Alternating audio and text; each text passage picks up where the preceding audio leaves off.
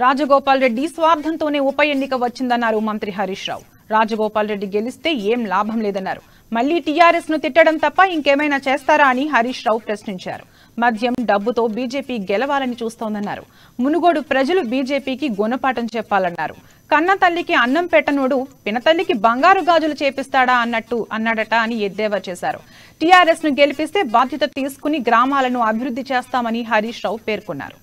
మీటర్లు పెడుతున్నారో వాళ్ళకేమో డబ్బులు ఇచ్చింది, కానీ ఇలా మేము మీటర్లు పెట్టమన్నామని తెలంగాణను ఇబ్బంది పెట్టాలని ఈ రాష్ట్రానికి ఇచ్చే 6,000 కోట్లు ఆపిపెట్టిండ్రు మీరు. ఇలా మరి ఇక్కడ గల్లీలో తిరిగే బీజేపీ నాయకులారా అడగండి మీ కేంద్ర ప్రభుత్వాన్ని, ఒకవేళ మీటర్లు అవసరం లేకపోతే తెలంగాణకి ఇచ్చే 6,000 కోట్లు వెంటనే విడుదల చేసి మాట్లాడండి.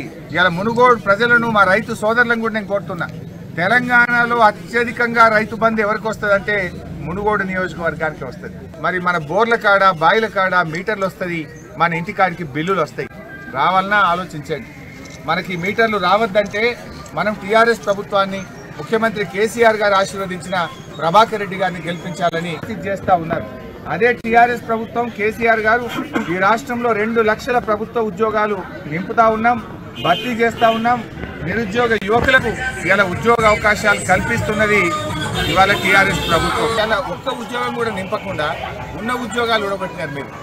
ఇవాళ మీరు ఎల్ఐసిని అమ్మచెప్పేసినారు, రైల్వే స్టేషన్లు అమ్ముతున్నారు.